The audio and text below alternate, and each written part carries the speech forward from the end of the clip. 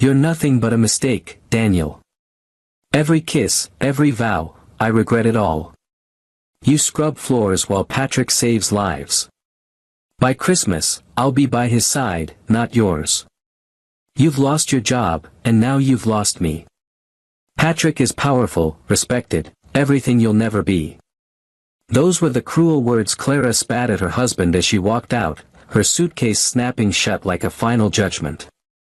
What she didn't know was that the man she mocked as a failed orderly was the silent owner of the very hospital she thought she had conquered, and he had already begun orchestrating the most brutal revenge she could never imagine.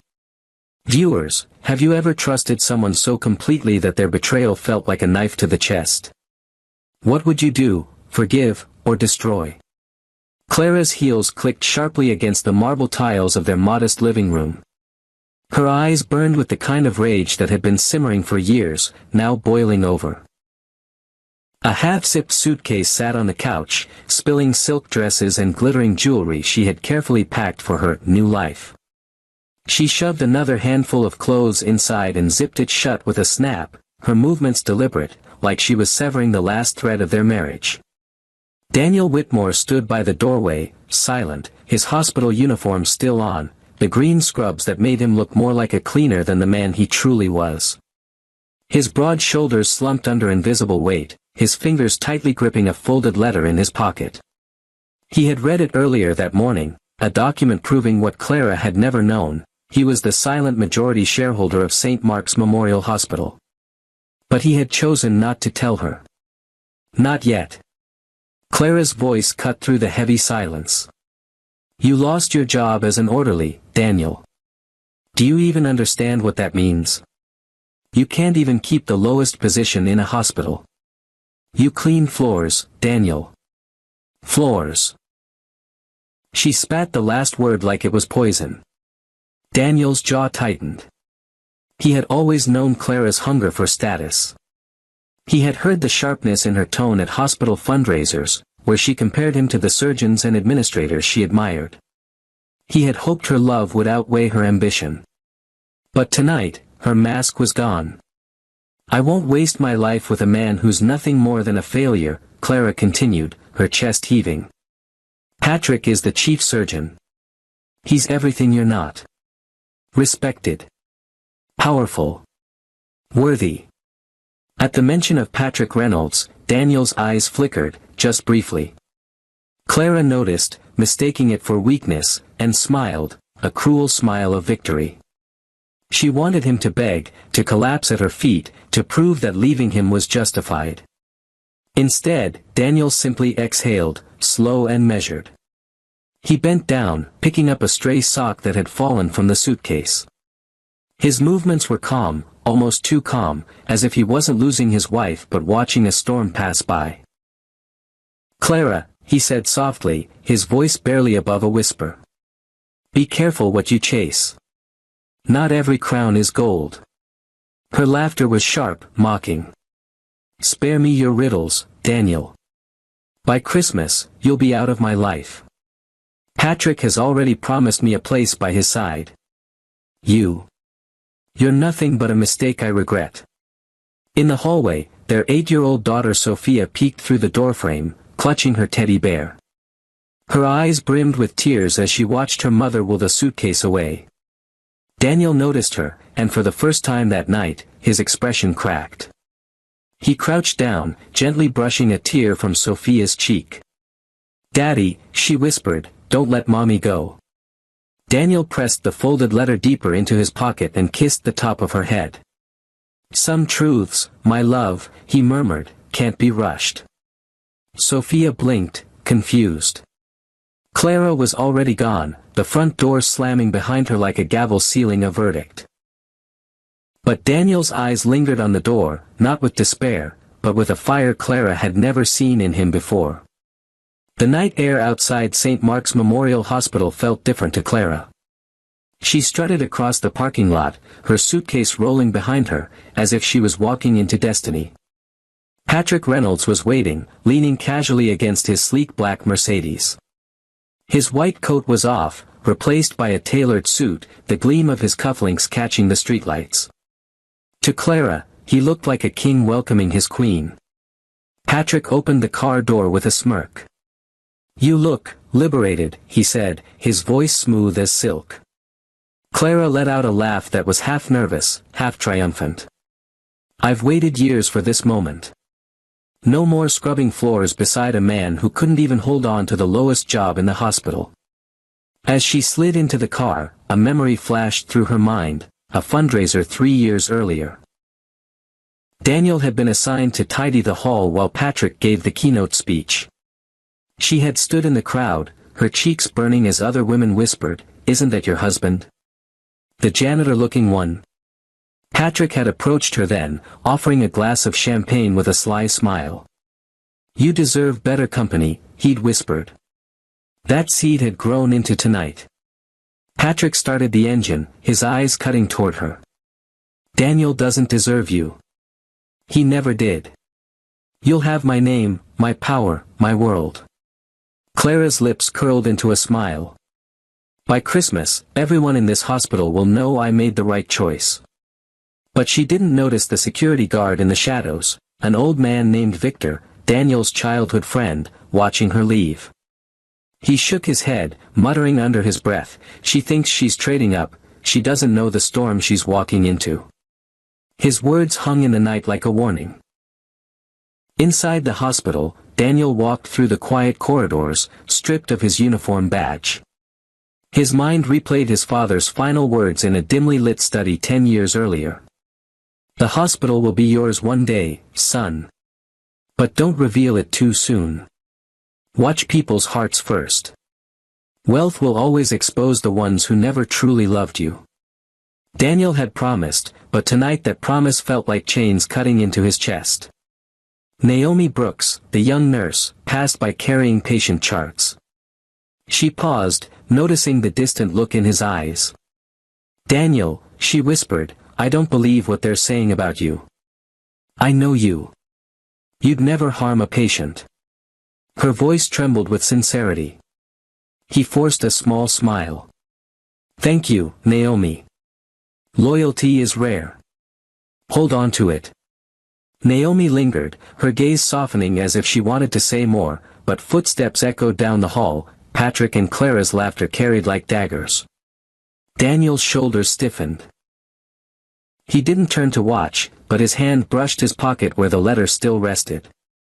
Patrick's voice, arrogant and booming, echoed, "By New Year's, this hospital will be mine in more ways than one." Daniel's eyes darkened, a storm rising within them. He whispered to himself, unheard, "Not if I burn it all down first." His face, calm but dangerous, a man betrayed and calculating. Clara thought she had escaped. Patrick thought he had conquered. Neither saw the shadow of revenge already forming. Clara adjusted the diamond bracelet Patrick had given her, admiring how it caught the chandelier light in his lavish penthouse. The room smelled of polished wood and red wine, a far cry from the modest apartment she had shared with Daniel. She sipped her glass, laughing as Patrick entertained a group of surgeons who had gathered for his private dinner party. He introduced her as though she were a trophy he'd won. "You see, gentlemen," Patrick said, raising his glass, "life rewards those who know how to climb. And some of us don't waste time dragging dead weight along." His eyes gleamed, daring Clara to catch the insult directed at her former husband. She smiled, but inside, something flickered. The arrogance was sharper in private than she had expected. Later, when the guests left, Clara asked lightly, "Do you always talk about Daniel like that?" Patrick smirked, loosening his tie. "Your ex. He's a nobody. The hospital board barely noticed him. Men like me, we make history." Clara let the words sink in, pretending agreement. But a flash of memory broke through, Daniel carrying Sophia on his back after a long shift, whispering silly bedtime stories to make her laugh. For a moment, Clara's chest tightened, but she shook it off.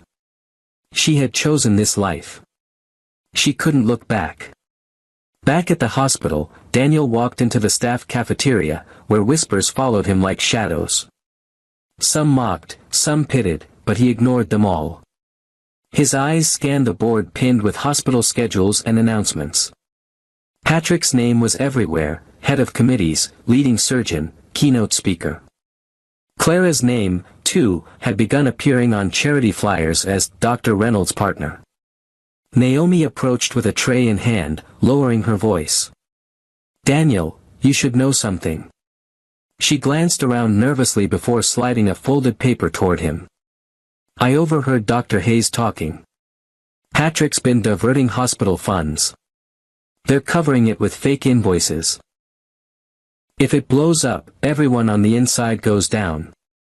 Daniel unfolded the paper, his eyes narrowing as he read.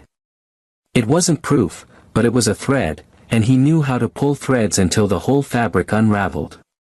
"Why tell me?" he asked, studying her face. Naomi hesitated, then said softly, "Because I know you're not what you pretend to be. You see everything. You don't talk much, but you watch." Her eyes lingered, almost pleading, as though she sensed there was more to him than the world believed. Daniel gave no answer, but as she walked away, he clenched the paper in his fist. In his mind, his father's voice echoed, "Power doesn't always need to shout, son. Sometimes it waits. Sometimes it strikes when no one expects it." That night, Daniel sat alone in his dark apartment. Sophia slept in the next room, her small breath steady and innocent. He lit a single lamp and pulled out the sealed letter again, the one naming him as majority shareholder. He traced his father's signature with his thumb. "I gave you time, Clara," he whispered into the silence. "I gave you love. You wanted power. Now you'll taste it, but through fire." His eyes glinted with something dangerous, not sadness, not weakness, but the calm rage of a man plotting revenge with precision. Clara woke to the sound of Patrick's voice on the phone. His words were clipped, impatient, his tone far colder than the warmth he had shown her weeks earlier.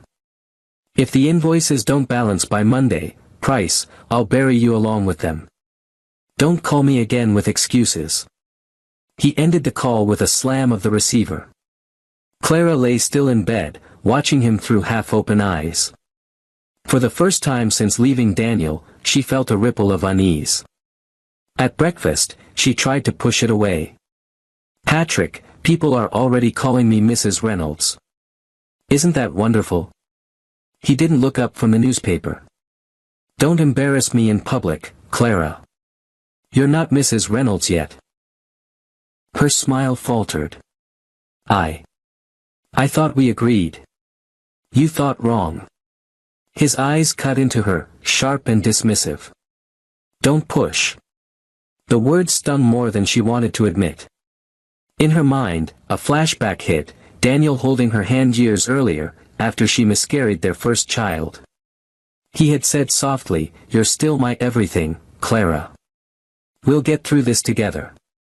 She shook the memory away, clinging to her diamond bracelet instead. She couldn't look back. Meanwhile, Daniel sat in Victor's garage, the smell of motor oil and dust heavy in the air.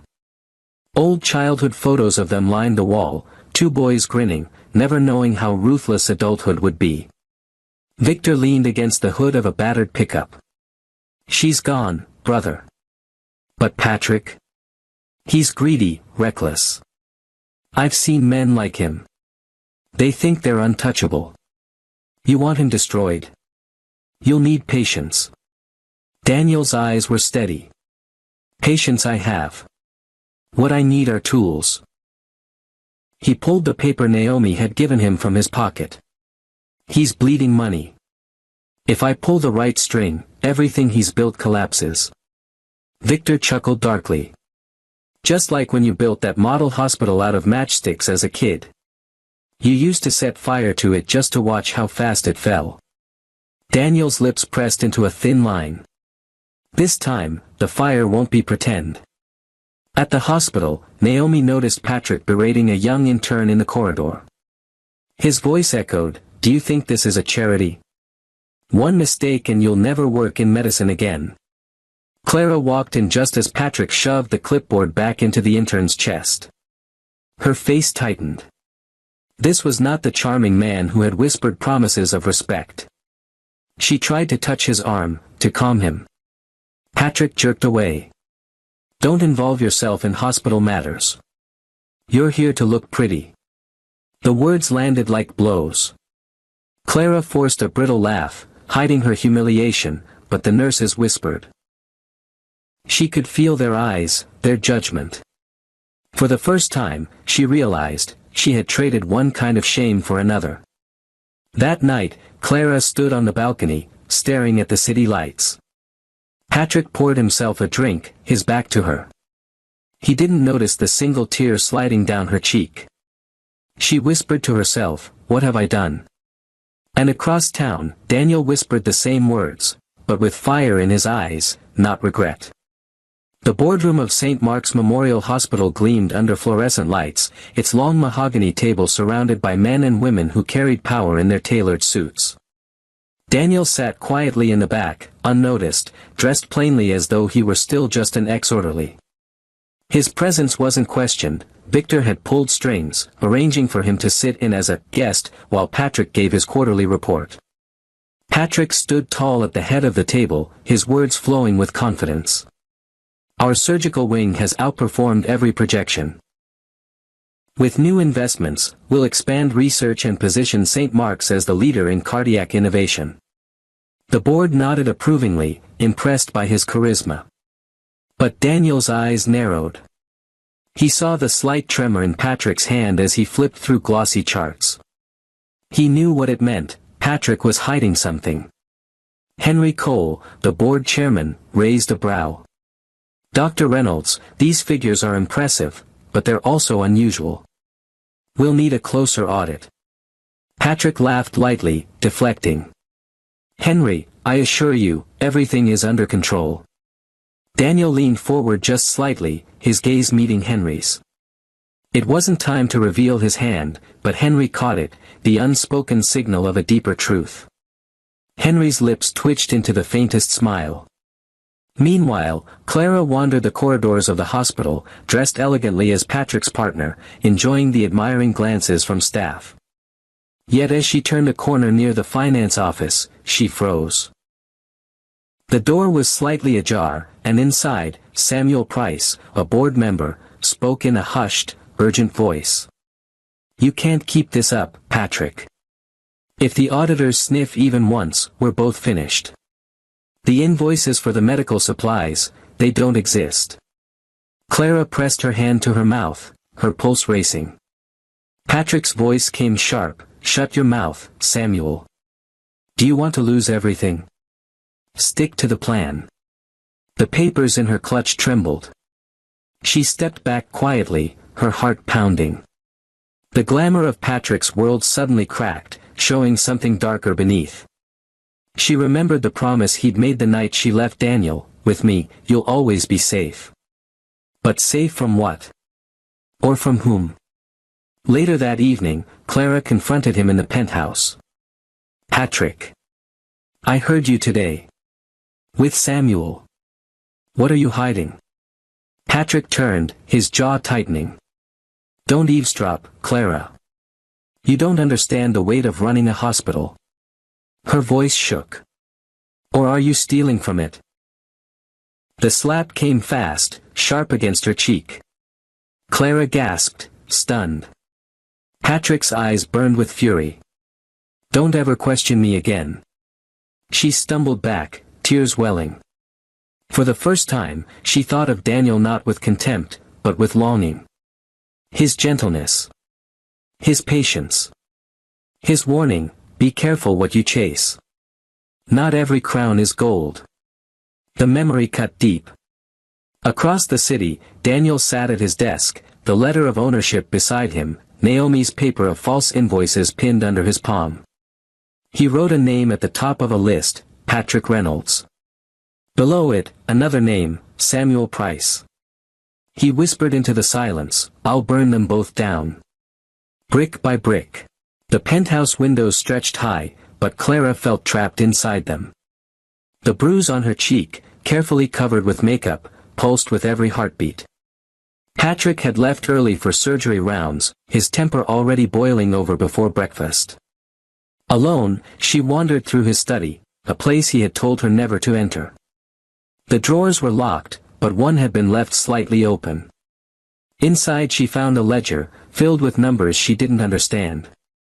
Still, she recognized Samuel Price's name scribbled in the margins, and dates circled in red. Something illegal was happening here, something Patrick had promised her she would never have to know. She froze as the door creaked. Margaret Reynolds stood in the hallway, Patrick's ex-wife, her eyes cold and assessing. "Careful, dear," Margaret said with a bitter smile. "Patrick's study is where wives stop being wives. That's where I learned the truth." Without another word, she walked away, heels clicking against the marble. Clara's throat tightened. She had traded Daniel's loyalty for this. Across town, Daniel sat in a dim cafe with Detective Laura Kim. She slid a folder across the table. "Your hunch was right. Patrick's invoices are fake. He's been diverting hospital equipment to the black market, using Samuel Price as his broker. I can't move yet, I need an insider to testify, or it won't hold." Daniel opened the folder, scanning the evidence, his jaw tightening. "I'll get you what you need. But when this falls, I don't want a slap on the wrist. I want him ruined." Kim studied him, noting the steel in his voice. "Most people who come to me want justice. You want blood." Daniel's eyes didn't waver. "He took my wife, parades my daughter through gossip, and bleeds my father's legacy dry. Justice isn't enough." That night, Patrick walked the hospital halls, sensing eyes on him.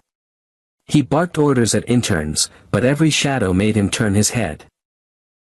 In the staff cafeteria, whispers hushed when he entered.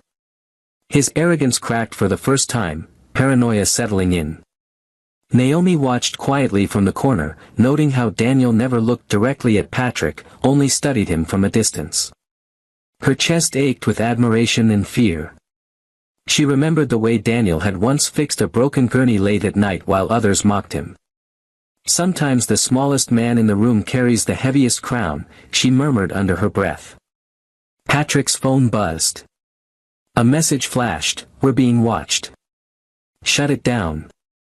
His face paled, but he forced a laugh as he pocketed it. Still, his hands shook when he scrubbed in for surgery. Meanwhile, Clara sat in her car outside the hospital, torn. She wanted to walk inside, to see Daniel, to apologize. But shame rooted her in place. Instead, she whispered to herself, "If Patrick falls, what happens to me?" Daniel stood outside under the cold night sky, the hospital looming behind him.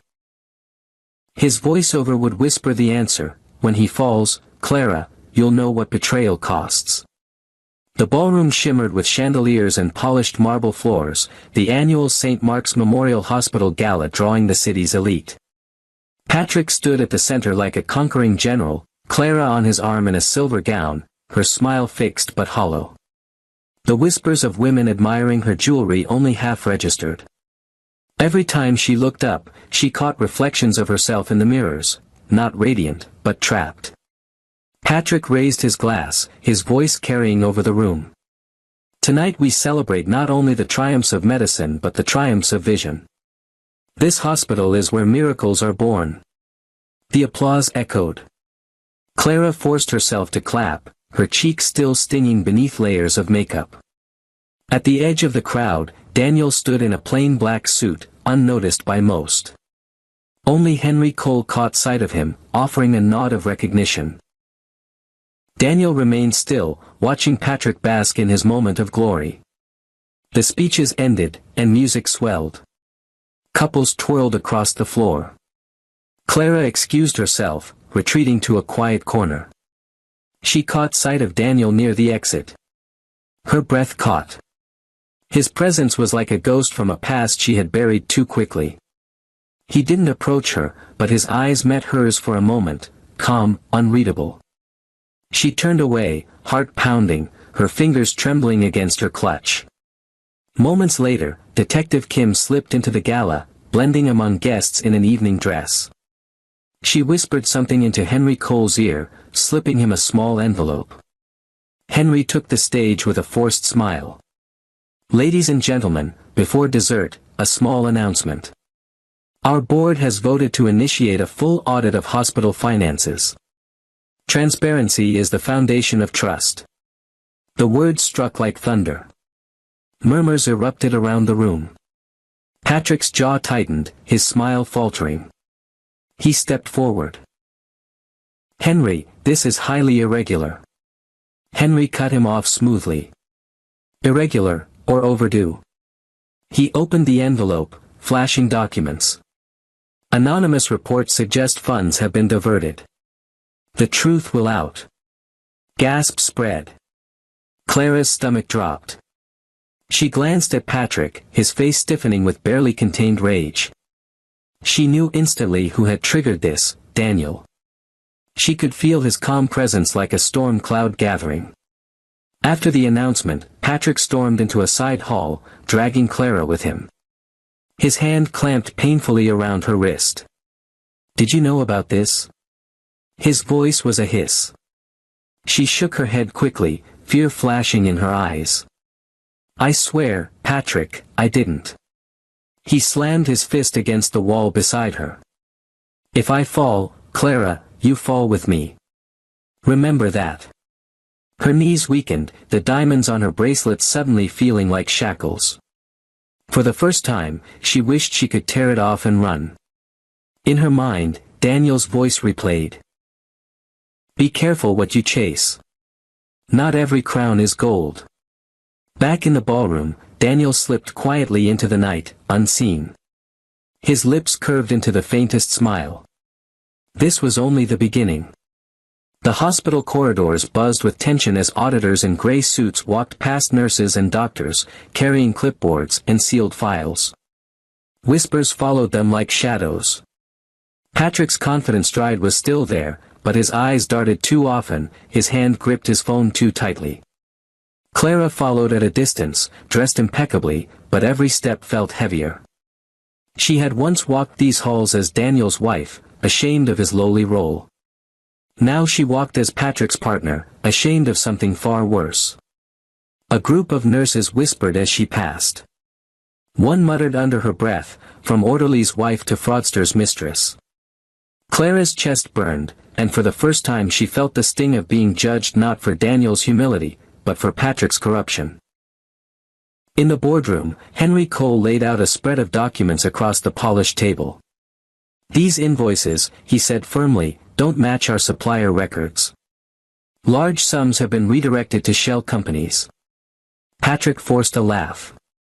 "Every hospital has discrepancies. You're blowing this out of proportion." Henry's brow arched. "Then explain why these accounts link to a firm registered in Samuel Price's name." The room grew cold. Samuel shifted in his seat, sweat glistening on his forehead. Daniel, seated quietly at the end, leaned forward. He didn't speak, but his calm presence was unsettling. Patrick noticed him at last, his eyes narrowing. "Why is he here?" Patrick snapped. Henry's voice was steel. "Because Mr. Whitmore still has every right to be here." Patrick's jaw tightened, but he swallowed his fury. That evening, Clara slipped into Patrick's study while he showered. She flipped through papers, her hands trembling. There it was. Correspondence between Patrick and Samuel, discussing kickbacks, offshore accounts, and equipment never delivered to the hospital. She stuffed one letter into her clutch before Patrick emerged, toweling his hair. "What are you doing?" His eyes bored into her. Clara forced a smile, hiding the letter against her side. "Just waiting for you." Patrick stepped closer, suspicion written on his face. For a terrifying second, she thought he'd tear her clutch open. Instead, he smirked. "Good. Because you'll need to stand beside me when this storm hits. And if you even think of leaving me," he trailed off, letting the silence finish his threat. Meanwhile, Daniel sat with Detective Kim, placing the letter Clara had stolen on the table. She blinked in surprise. "How did you?" Daniel didn't answer. His voice was calm, cold.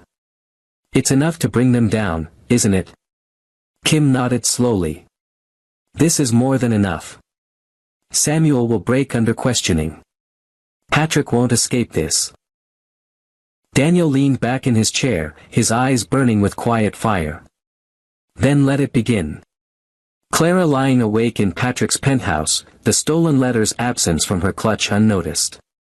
She stared at the ceiling, realization dawning, Daniel wasn't broken. He was moving in shadows, and when Patrick fell, she would be standing in the rubble. Patrick stormed into the hospital boardroom like a man possessed. His once perfect posture was broken by sleepless nights, his tie loosened, his eyes ringed with shadows. The auditors sat calmly with their files stacked in neat rows. Every page seemed to accuse him. "This is a witch hunt." Patrick's voice cracked as he slammed his fist against the table. "I've given this hospital my genius, my hands, my reputation. And this is how you repay me." Henry Cole's tone was level, deliberate. "Genius does not excuse theft, Dr. Reynolds. We now have bank records connecting your signature to multiple offshore accounts. If you cannot explain this, you will be suspended immediately." Patrick's gaze darted wildly. Samuel Price avoided his eyes, sweat dripping down his temple. The room was tense, silence thick enough to choke. Then Daniel rose from his seat in the corner, his movements slow, deliberate. For the first time, Patrick seemed to notice him not as a shadow, but as a presence. "You," Patrick sneered, his voice trembling. "You think you can humiliate me, Whitmore? You're nothing but a fired orderly." Daniel's voice was calm, surgical. "Then why does it scare you that I'm still here?" The board members exchanged glances. Patrick's face flushed crimson, his composure cracking further. Clara, seated silently behind him, felt her stomach twist. She had never seen Patrick so desperate, so small. For a moment, she glanced at Daniel, his expression unreadable, and shame washed over her like ice water.